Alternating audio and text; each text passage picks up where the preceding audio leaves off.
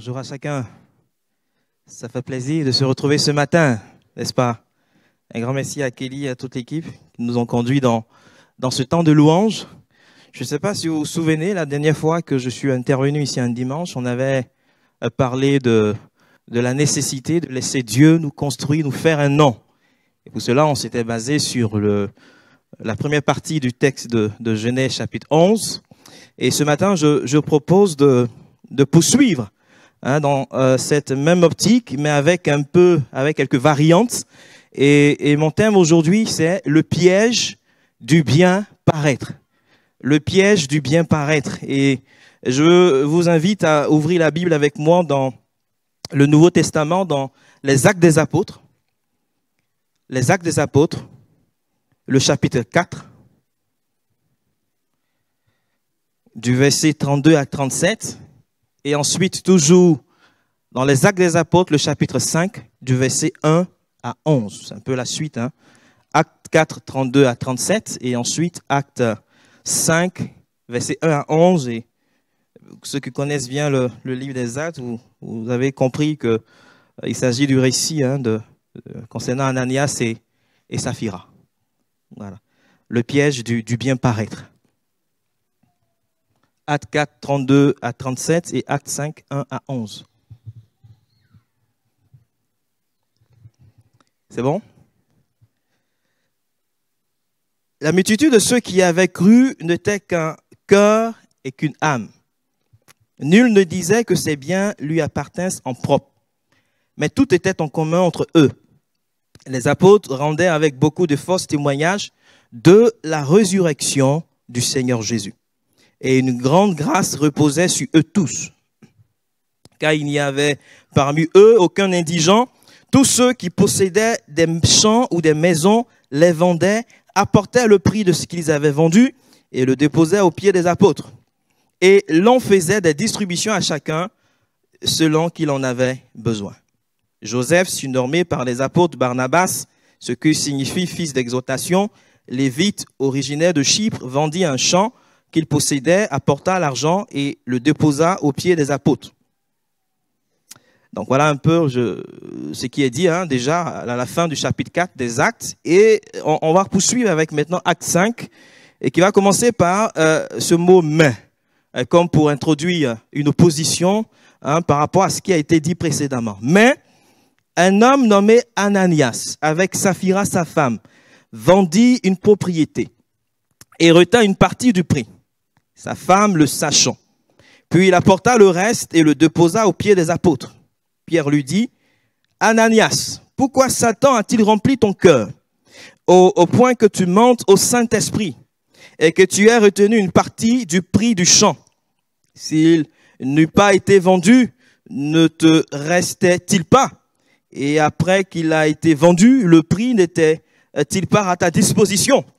Comment as-tu pu mettre en ton cœur un pareil dessein? Ce n'est pas à des hommes que tu as menti, mais à Dieu. » Ananias, entendant ces paroles, tomba et expira. Une crainte saisit tous les auditeurs. Les jeunes gens s'étant levés, l'enveloppaient, l'emportaient et l'ensevelirent. Environ 3 heures plus tard, sa femme entra, sans savoir à ce qui était arrivé. Pierre lui adressa la parole. « Dis-moi, est-ce à un tel prix que vous avez vendu le champ? » « Oui, répondit-elle, c'est à ce prix-là. » Alors Pierre lui dit, « Comment vous êtes-vous accordé pour tenter l'Esprit du Seigneur? Voici ceux qui ont enseveli ton mari sont là à la porte et ils t'emporteront. » Au même instant, elle tomba aux pieds de l'apôtre et elle expira.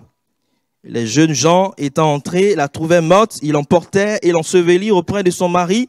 Une grande crainte s'empara de toute l'assemblée et de tous ceux qui apprirent ces choses. Alors, comme nous venons de le lire ensemble, la fin de ce chapitre 4 des Actes nous donne un aperçu de la solidarité qui prévalait au sein de l'église de Jérusalem. Et comme nous l'avons lu, les premiers croyants vivaient dans une parfaite unité de cœur et d'esprit. Ils pratiquaient la communauté de biens. Aucune personne ne disait que son bien lui appartenait en propre, mais il mettait tout en commun. et ils partageaient tout ce qu'ils avaient. Et lorsqu'il y avait un besoin, ils vendaient des terrains, ils vendaient des maisons et ils apportaient tout le produit de la vente aux apôtres et l'on faisait des distributions à chacun selon ses besoins. Cela, je pense, soulève également aussi une question intéressante au sujet de la pratique de la solidarité au sein de l'Église aujourd'hui. Ce n'est pas le but de ma prédication là ce matin, mais c'est juste pour ouvrir la discussion et pour ceux qui voudraient également poursuivre la discussion sur ce sujet. Mais c'est juste pour l'ouvrir. Comment est-ce on pourrait manifester de la solidarité de nos jours au sein de l'Église? Dans notre texte, nous avons l'exemple de la mise en commun et du partage des biens. Est-ce qu'il faut continuer à manifester de la solidarité sous cette forme dans l'Église aujourd'hui? Est-ce que vous êtes d'accord avec ça? Si vous êtes d'accord, ça veut dire que chacun devra vendre ses biens, sa maison, son terrain, tout ce qui lui appartient et apporter à l'Église le produit, tout le produit de la vente. Et on procédera à la distribution au sein de l'Église selon les besoins de chacun. C'est comme ça que ça se passait. Et personnellement, je ne serais pas vraiment convaincu, je ne sais pas pour vous, mais de procéder ainsi, de cette manière aujourd'hui. On peut même remarquer qu'on ne retrouve plus le partage des biens sous cette forme, sous cet aspect, dans la suite du livre des Actes des Apôtres. C'est une pratique qui n'est plus reprise par la suite. Et cela semble indiquer que ce n'était pas quelque chose de normatif, ce n'était pas une règle qui était figée, une règle qui était établie. Et on a aussi un exemple dans Actes chapitre 11 où il est question d'une famine qui se produisit sous le règne de l'empereur romain Claude. Cette famine avait été annoncée par le prophète Agabus. Et aussitôt, il y a eu une solidarité qui s'est mise en place au sein de l'église d'Antioche. Il a dit que les chrétiens d'Antioche se sont organisés et ils ont envoyé chacun selon ses moyens un secours aux chrétiens qui habitaient la Judée. Au sein de notre assemblée également, nous manifestons notre solidarité, par exemple, en procédant souvent à une collecte alimentaire. C'est l'occasion pour chacun de pouvoir apporter selon ses moyens, selon ses possibilités. Et nous distribuons les produits qui sont recueillis selon les besoins. Et je voudrais donc profiter, en tout cas ce matin, de l'occasion pour vous remercier tout un chacun pour vos dons en faveur de la solidarité, remercier également tous ceux et toutes celles qui s'impliquent dans ce service au sein de l'Église et que le Seigneur vous le rende au-delà. Dans tous les cas, cette question du partage des biens qui est décrite à la fin de ce chapitre 4 semble planter le décor, semble planter le cadre pour la suite du récit. Barnabas est mentionné pour la toute première fois dans les Actes et il est cité en exemple en rapport avec la question, à cette pratique du partage des biens. Malheureusement, toujours en lien avec la pratique du partage des biens, il y a aussi eu un événement assez tragique qui s'est déroulé. Concernant un couple, notamment Ananias et sa femme Saphira. Ces derniers, après avoir été témoins de la grande générosité de Barnabas et à quel point Barnabas était estimé parmi les apôtres, ont entrepris d'une certaine manière de vouloir recevoir le même respect, les mêmes louanges, les mêmes honneurs. On pourrait dire peut-être par jalousie, on ne sait pas qu'est-ce qui les a motivés. Et tout se passe comme si Ananias s'était levé un matin et il a dit à sa femme Saphira, écoute chérie, écoute mon bien, et si on faisait comme Barnabas et comme tous ses autres disciples, et si on faisait comme eux, on pourrait nous aussi, tu vois, le terrain qu'on a, on pourrait le vendre. Tu vois la maison où il y a la grande piscine là, le jacuzzi, je ne sais pas quoi. On pourrait vendre aussi cette maison. Qu'est-ce que tu en penses, chérie? Qu'est-ce que tu en penses?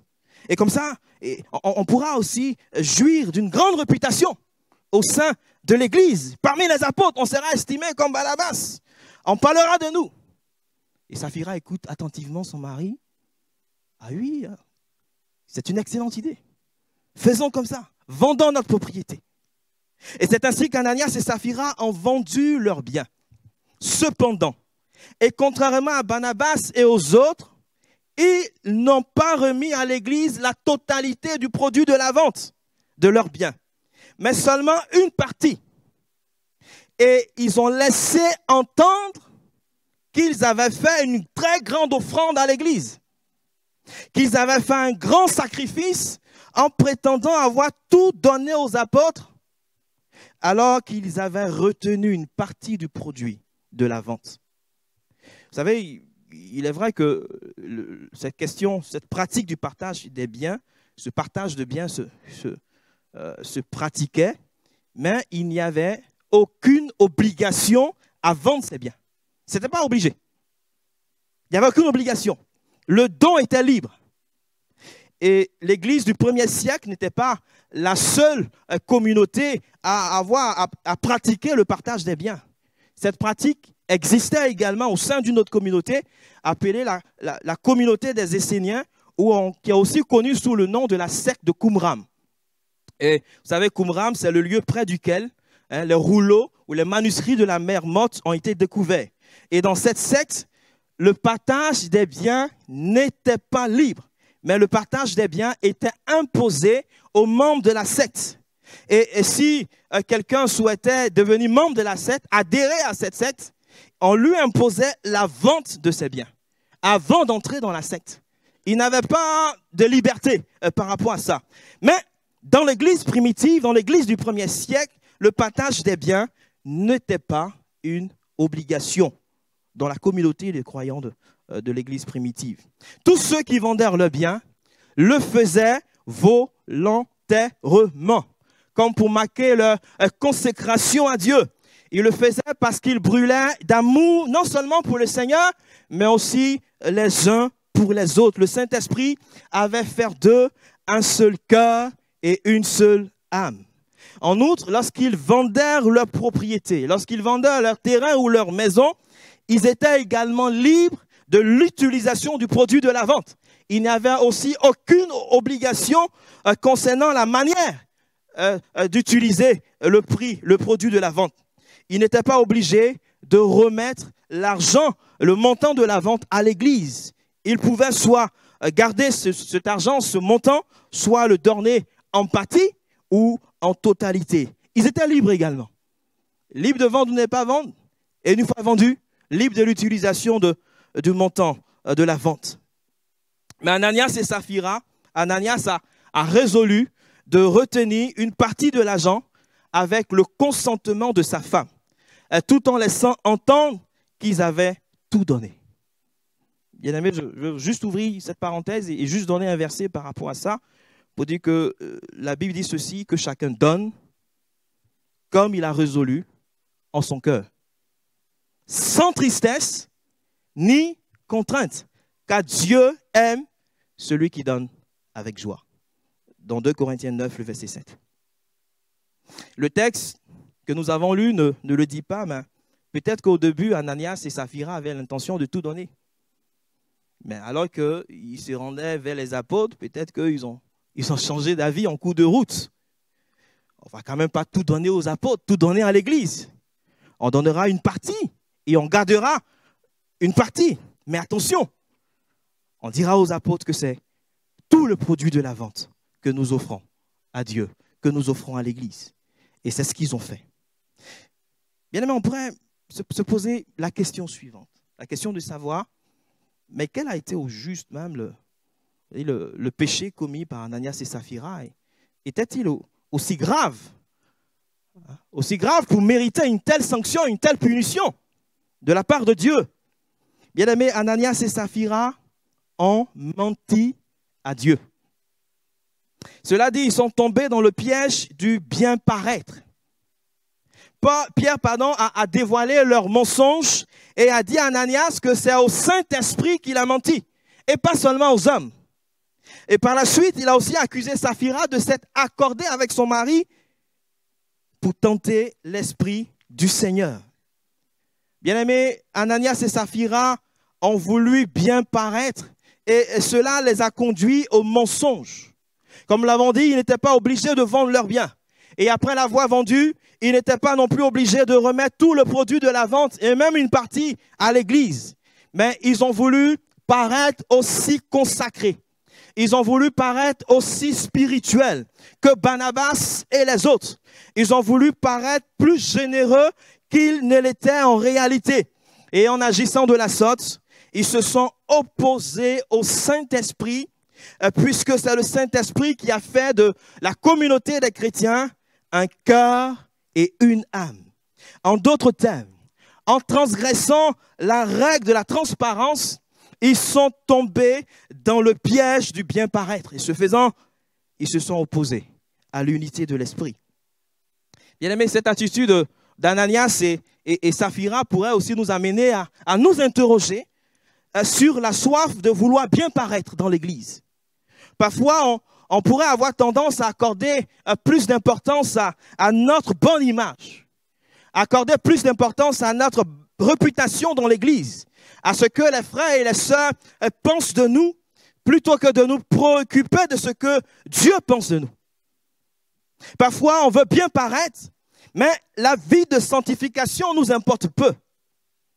Parfois, on veut bien paraître, mais le désir de plaire à Dieu ne nous intéresse pas vraiment.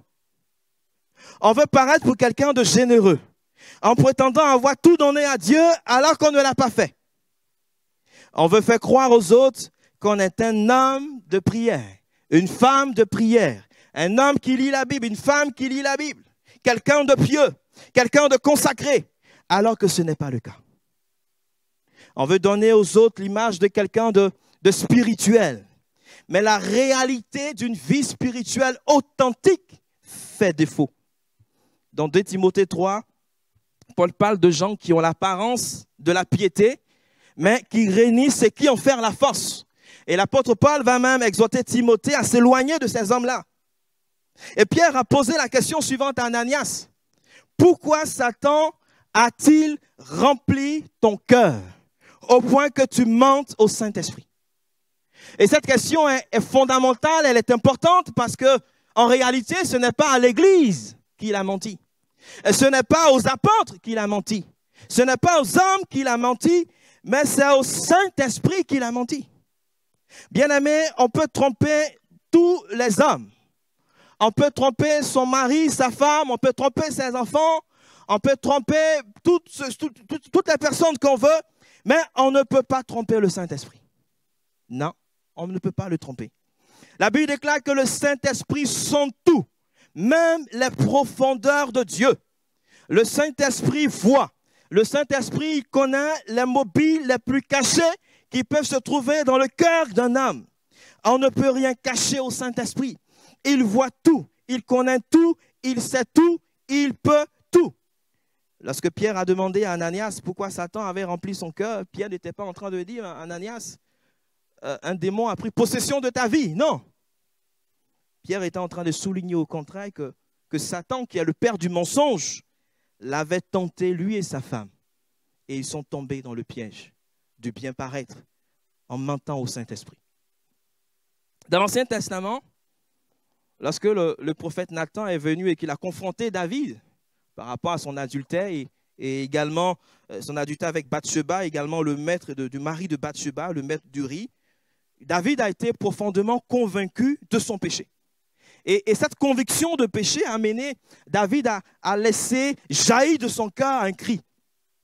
Et David a dit ceci dans le psaume 51, le verset 12. « Oh Dieu, crée en moi un cœur pur, renouvelle en moi un esprit bien disposé. » Tout se passe comme si, à un moment donné, et quand il a été confronté par Nathan, quand Nathan l'a confronté, tout se passe comme si David faisait repasser le déroulement des événements qui l'ont conduit à pécher contre Dieu. Il fait repasser le film. Comment tout a commencé? Et en le faisant, il a réalisé que tout a commencé dans son cœur, que tout a commencé dans ses pensées. Il a compris que sa façon de penser avait été corrompue. Il a laissé traîner dans son cœur des pensées coupables. Il a entretenu ses pensées. Il les a chéries. Il les a nourries. Il a pris soin de ses pensées.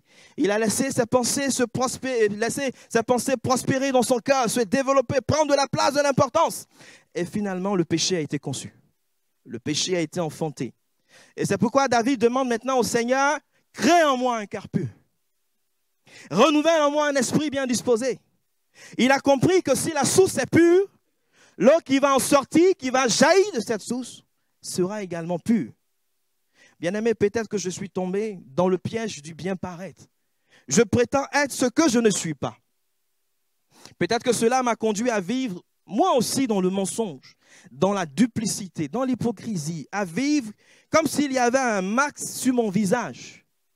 Et peut-être que j'ai laissé Satan remplir mon cœur par toutes sortes de choses qui ne sont pas à la gloire de Dieu, au point de mentir au Saint-Esprit. Peut-être que comme David, je réalise moi également que je n'ai pas gardé mon cœur. La Bible dit, garde ton cœur plus que toute autre chose, car de lui viennent les sources de la vie. Et peut-être que je n'ai pas veillé sur mon cœur, que mon cœur a été corrompu, et peut-être que moi aussi ce matin, j'ai besoin de dire, Seigneur, crée en moi un cœur pur. Seigneur, ce matin, s'il te plaît, renouvelle tout mon être intérieur. J'ai vraiment besoin de ton action ce matin. Que toute ma vie intérieure soit renouvelée par l'action, Seigneur, de ton esprit. Seigneur, je veux cesser ce matin de vivre dans le mensonge. Seigneur, je veux cesser ce matin, je veux laisser ce matin tomber le masque. Je veux, Seigneur, sortir de ce piège dans lequel je suis tombé, le piège du bien paraître. Je veux être vrai devant toi, Seigneur.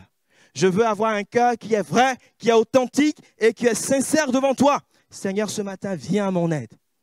Viens au secours de ma foi ce matin. Lorsque le mensonge d'Ananias a été dévoilé, il est tombé mort. Et a été transporté par des jeunes gens pour être enseveli. Environ 3 heures plus tard, en tout cas on pourrait dire que Saphira était veuve pendant 3 heures à peu près. Ça n'a pas duré très longtemps. Et c'était autour de Saphira, sa femme, à qui Pierre a indiqué ce qui était arrivé à son mari et lui a dit que la même chose allait lui arriver.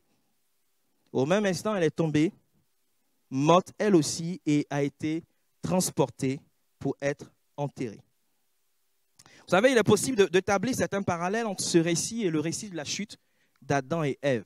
Je ne vais pas entrer dans trop de détails, mais juste vous faire remarquer quelques points pour dire que comme Adam et Ève, c'est avec le consentement de sa femme qu'Ananias commet ce péché. C'est en couple qu'ils agissent ainsi. Ils sont partenaires dans cette démarche. Ensuite, comme Adam et Ève, ils ont été trompés par le mensonge de Satan. Vous savez, la stratégie de Satan demeure la même. Elle vise à nous couper de notre communion, de notre relation avec le Seigneur. Et enfin, comme Adam et Ève, la conséquence de leur péché a été la mort et l'exclusion de la présence de Dieu. Bien-aimé, peut-être que Satan t'a trompé, peut-être que tu t'es laissé séduire par le mensonge du diable. Et peut-être que tu es tombé dans le piège, comme on l'avait dit, du bien paraître. Et peut-être qu'à cause de cela, tu t'es écarté du chemin de la présence de Dieu. Peut-être que tu es pris dans un tel engrenage aujourd'hui, là, depuis un moment, que tu ne sais plus comment faire pour t'en sortir. Ce matin, tu peux être délivré de ce piège. Tu peux être sauvé de ce piège dans lequel tu as été pris ce matin. Tu peux toi aussi retrouver le chemin de la présence de Dieu, d'une vie de communion avec Dieu. Approche-toi ce matin, simplement, d'une trône de la grâce. Ne t'approche pas dans la crainte, mais approche-toi avec assurance, avec confiance ce matin. Viens au pied de la croix, dans la foi et dans la repentance, et laisse la grâce de Dieu ce matin te saisir tout simplement à nouveau. Laisse-toi à nouveau toucher ce matin par l'œuvre de la croix et laisse Dieu te sortir de ce piège dans lequel tu es tombé. On peut remarquer que Dieu a réagi très sévèrement contre le péché d'Ananias et Saphira. Et le moins que l'on puisse dire, c'est que si à chaque fois un chrétien tombe dans ce piège, s'il devait subir le même châtiment qu'Ananias et Saphira, bon, je ne sais pas si on serait là ce matin, peut-être. Je ne sais pas ce que vous en pensez. Hein? Si on serait là ce matin pour en parler, pour en discuter, je ne suis pas sûr. Toutefois, c'est une réalité que nous pouvons observer dans la Bible, à des moments charnières dans l'histoire de la rédemption.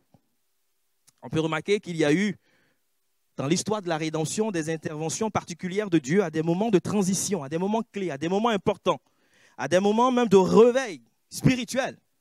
Comme c'est vraiment le cas ici à Jérusalem avec la naissance de l'Église, où il y a eu un jugement particulier contre des personnes qui se sont d'une certaine manière opposées à l'œuvre du Saint-Esprit au sein de cette Église qui était naissante. On pourrait rapidement examiner, je ne sais pas si on va le voir, mais j'ai marqué 3 exemples. On va essayer, si on ne peut pas, bon, on va se concentrer sur quelques-uns. Mais 3 exemples, et le point commun entre ces 3 exemples, c'est que nous sommes à un moment de transition dans l'histoire de la rédemption. Tout d'abord, considérons l'exemple de 2 des fils d'Aaron, du sacrificateur Aaron, souverain sacrificateur Aaron, notamment Nadab et Abihu, dans Lévitique 10, du verset 1 à 4. Vous savez, Lévitique, c'est un livre qui va vraiment mettre l'accent sur la sainteté et sur les implications de la sainteté. Et Lévitique va commencer en parlant, mettant aussi l'accent sur la sainteté de Dieu.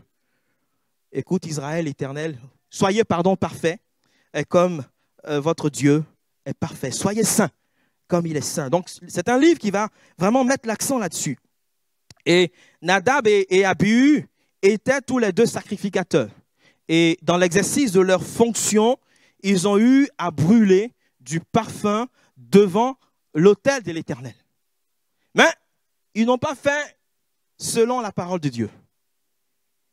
Ils ont brûlé le parfum avec du feu étranger. Et pourquoi ce feu était étranger? Parce que ce feu n'avait pas été pris sur l'autel des holocaustes. Autrement dit, ce feu n'était pas associé à l'œuvre expiatoire et rédemptrice du sacrifice. Le feu sur l'autel des holocaustes était sacré parce qu'il était allumé par Dieu lui-même.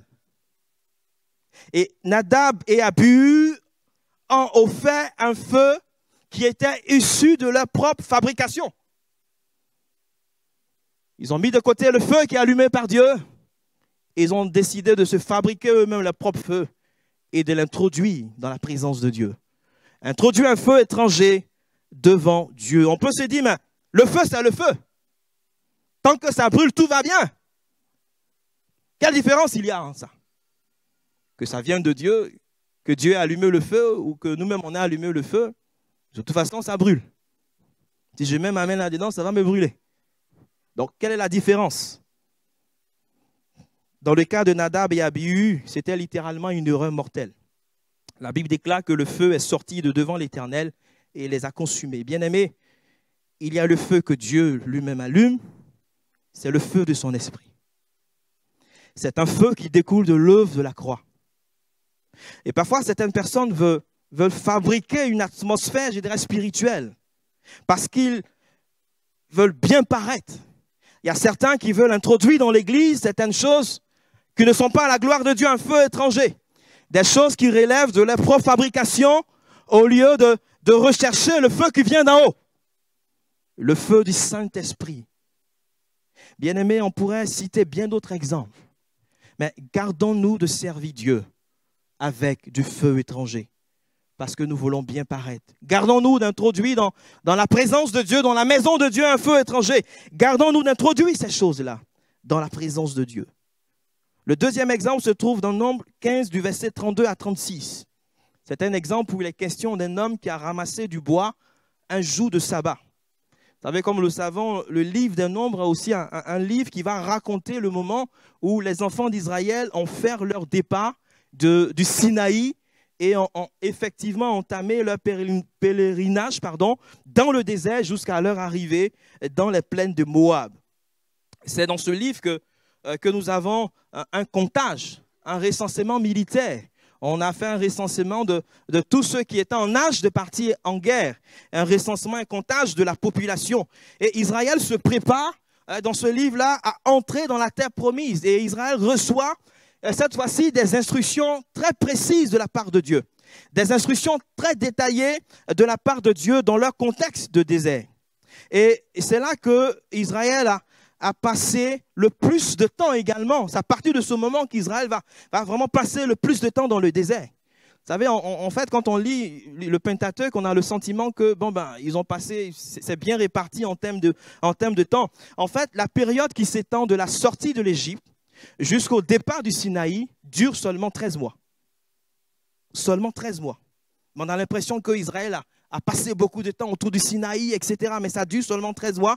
Et c'est à partir du départ du Sinaï, c'est donc à partir du livre des Nombres qu'Israël a passé la quasi-totalité des 40 années qu'a duré la traversée dans le désert.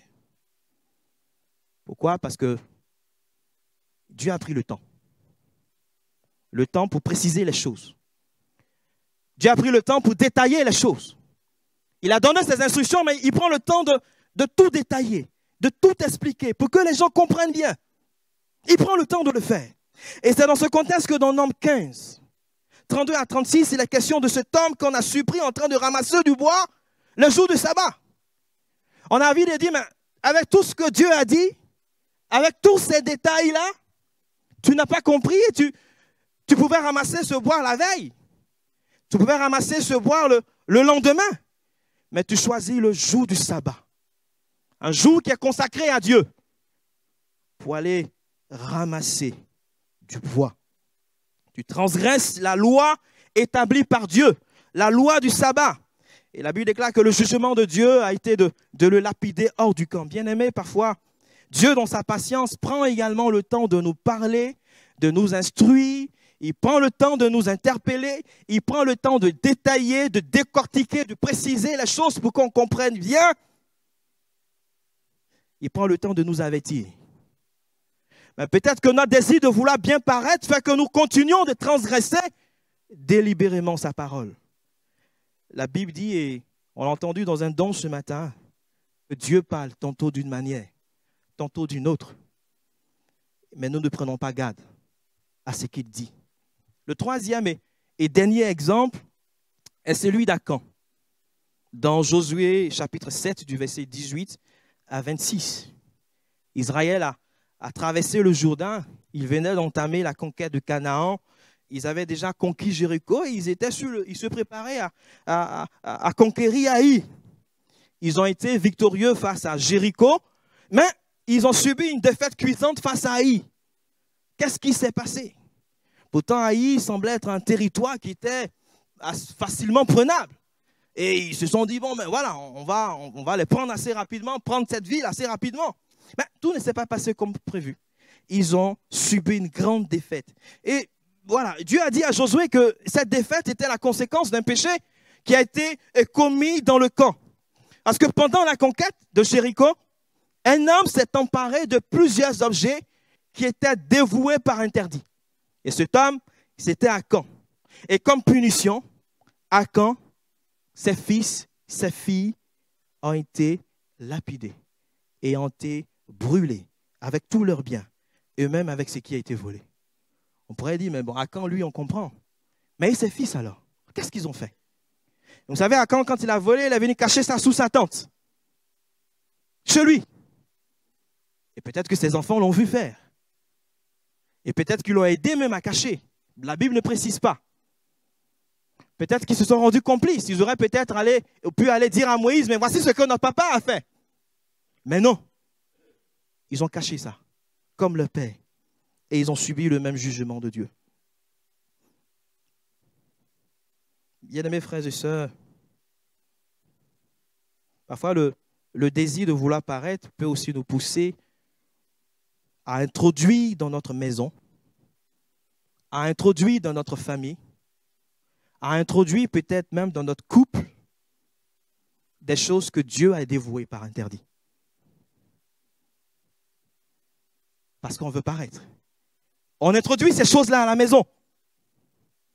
Et quand cela se produit, parfois, c'est la malédiction qui va prendre place, comme ça a été le cas pour Acan. Parce qu'on a introduit quelque chose qu'on ne devait pas introduire chez nous. Des choses que parfois on peut cacher sous notre lit. Des choses qu'on peut cacher dans un coin de la maison. On introduit ces choses et la malédiction prend place et s'étend souvent même à l'ensemble de la famille.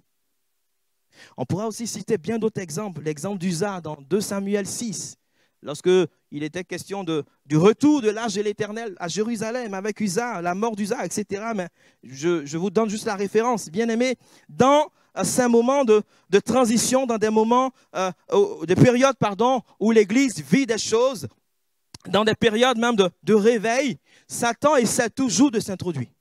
Satan essaie toujours de s'immiscer avec une tentation qui risque de détruire tout le travail qui a été accompli. Et quand cela se produit, Dieu peut réagir de façon surprenante, comme pour donner un avertissement dans le but de protéger l'avenir de son Église. Il est vrai que parfois nous focalisons plus sur les attaques extérieures de l'ennemi, mais il y a également des actions intérieures où Satan essaie de s'immiscer pour détruire, pour nuire, à partir de l'intérieur.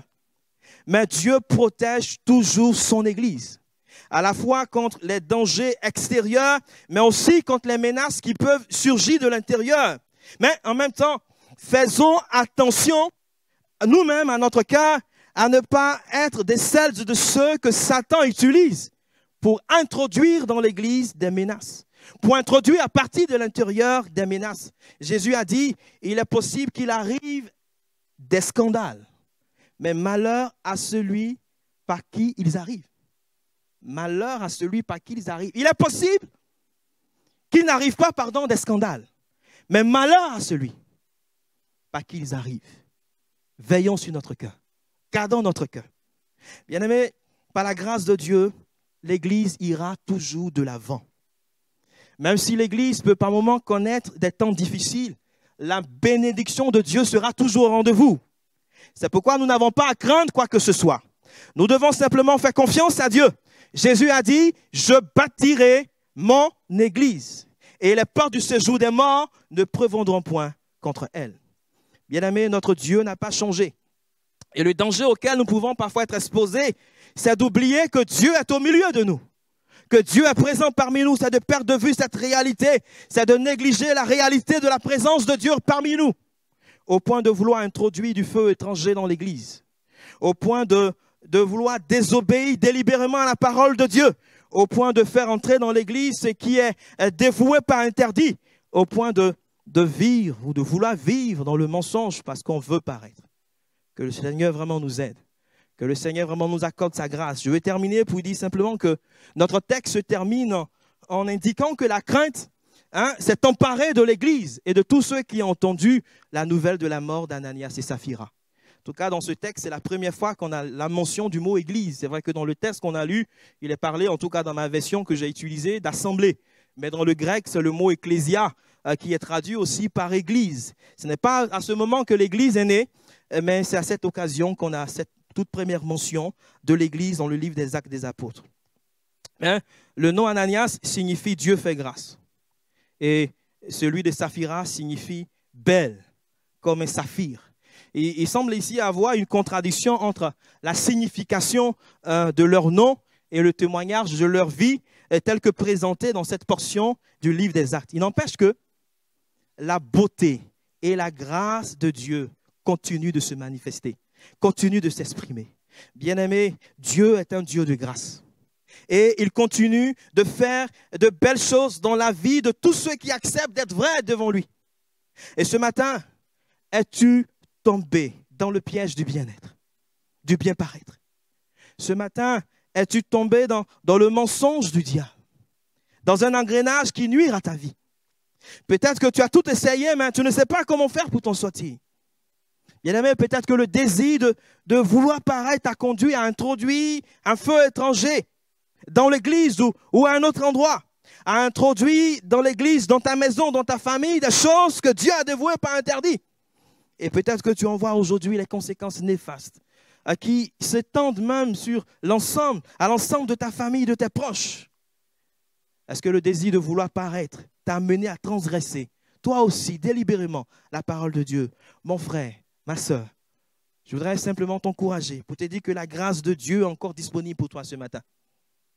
Dieu veut agir en grâce envers toi. Dieu veut continuer à bâtir des choses belles en toi et avec toi. Ce matin, je veux t'encourager simplement à saisir la grâce de Dieu et à laisser Dieu crier en toi un cœur pur, à permettre au Seigneur ce matin de te renouveler de l'intérieur par son esprit et à laisser Dieu te restaurer, à laisser le Seigneur te sortir du piège dans lequel tu te trouves en ce moment. Le piège du diable, le mensonge de l'ennemi, le piège du bien-paraître. Tu ne sais pas dans quel piège tu te trouves ce matin, mais laisse Dieu te sortir ce matin de ce piège. Dieu veut le faire Et Dieu a la capacité de le faire. Il est tout puissant ce matin pour te sortir, pour te délivrer de ce piège. Ce matin, crois-le et saisis ce matin cela par la foi. Alors que nous allons fermer les yeux et courber les fronts, je voudrais peut-être donner la possibilité à quelqu'un qui s'est retrouvé, senti interpellé par rapport à un ou plusieurs points qui a été abordé. Et comme nous l'avons dit, tu es peut-être tombé dans le piège du bien-être, piège du mensonge, un piège quelconque. Et depuis, tu as du mal à t'en sortir. Et ce matin, si tu as vraiment besoin qu'on t'aide dans la prière, lève simplement ta main et nous allons ensemble prier le Seigneur avec toi. S'il y a quelqu'un ce matin qui a besoin vraiment de l'intervention de Dieu, amen, j'ai vu votre main. Est-ce qu'il y a encore quelqu'un d'autre? Amen, j'ai vu votre main. Vous pouvez baisser vos mains au fur et à mesure, j'ai vu votre main. Et peut-être que quelqu'un a introduit chez lui des objets qui étaient dévoués, pas interdits. Et il y a une malédiction qui se répand sur l'ensemble de la famille. Si vous avez besoin ce matin, quand vous êtes dans la prière, levez simplement la main. Et nous allons implorer la grâce de Dieu. J'ai vu votre main. Amen. Est-ce qu'il y a encore quelqu'un d'autre? J'ai vu votre main. Amen. Est-ce qu'il y a encore d'autres personnes? J'ai vu votre main. Amen. Amen. Est-ce que ce matin, quelqu'un a vraiment besoin de l'aide de Dieu? Amen. Seigneur, ce matin, nous voulons bénir ton nom. Nous savons que, Seigneur, notre Dieu, tu demeures le même hier, aujourd'hui et éternellement. Tu ne changes pas, Seigneur. Notre Dieu, ce matin, nous voulons prier pour nos bien-aimés. Notre Dieu, notre Père, qui sont tombés, notre Dieu, dans un piège. Et notre Dieu, notre Père, dans le mensonge du diable, Seigneur. Et ce matin, je te prie, notre Dieu, afin qu'ils soient libérés, afin qu'ils soient délivrés du piège dans lequel, notre Dieu, ils sont tombés. Seigneur, tu es capable ce matin de la sortir. Alors notre Dieu qui s'approche de toi, alors qu'il s'approche notre Père du pied de la croix dans la foi et dans la repentance, je prie afin qu'il soit libéré dans le nom de Jésus-Christ. Seigneur, si quelques-uns, notre Père, ont introduit des objets, notre Père, étrangers chez eux, des objets voués par interdit, et que la malédiction s'est répandue à l'ensemble de la famille, et que ces bien-aimés ce matin, notre Dieu, regrettent ce qu'ils ont fait et se repentent et veulent la délivrer. Je prie ce matin afin que mon Dieu, tu poses ta main sur leur vie et que cette malédiction, notre Dieu, qui s'étend à l'ensemble de la famille, cesse maintenant dans le nom de Jésus et qu'ils soient entièrement libérés, délivrés dans le nom de Jésus. Seigneur, ce matin, merci de donner gloire à ton nom dans nos cœurs et dans nos vies. Et donne-nous, notre Père, de faire attention et de garder nos cœurs. Notre Père, comme dit ta parole, de veiller sur notre cœur. Merci, notre Dieu, ce matin, de créer en nous un cœur pur. Notre Dieu, de nous renouveler de l'intérieur ce matin, de nous encourager, de nous fortifier. Nous savons que notre Dieu, tu reviens bientôt. Et nous voulons, notre Dieu, notre Père, nous attendre à toi. Notre Père avec un cœur pur, un cœur, Seigneur, qui t'honore et qui te glorifie. Nous ne voulons pas, notre Dieu, tomber dans le piège du paraître. Notre Dieu, paraître consacré, spirituel, alors qu'il n'en est rien, Seigneur. Nous voulons vraiment que ta vie, Seigneur, coule en nous et que tu nous aides, Seigneur, à mener une vie qui t'honore et qui glorifie ton nom. Sois béni et remercié, Père, dans le nom de Jésus. Amen. Amen. Que le nom du Seigneur soit béni. Gloire à Dieu. Amen. Merci Jésus.